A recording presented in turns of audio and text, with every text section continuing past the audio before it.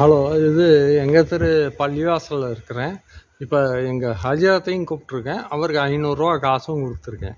பிரச்சனை என்னென்னா, நம்ம முதல்வர் இருக்கார்ல, அவர் தமிழ்நாட்டில் நடக்கிற எந்த பிரச்சனைக்கும் வாயை திறந்து பேசுகிறதே கிடையாது. அதே மாதிரி எந்த விஷயத்தையும் தேர்தல் பிரச்சாரத்தில் சொன்ன விஷயத்தையும் பேசுகிறதே இல்லை. அது நடக்கும் போதும் பேசுகிறதே இல்லை. ஒன்று.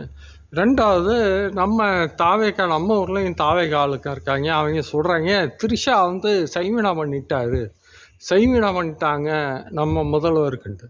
அதுவும் அப்படி எதுவும் இருக்கான்றதை நான் பார்க்க தான் போகிறேன், இது பண்ண தான் போகிறேன். இது மோடி பிஜேபிங்கிற வார்த்தையை பேசவும் மாட்டார். திரிஷா சைமினா வச்சுருக்கா என்ன, இல்லை இவரே அடிமையாக பார்த்துருவோம்.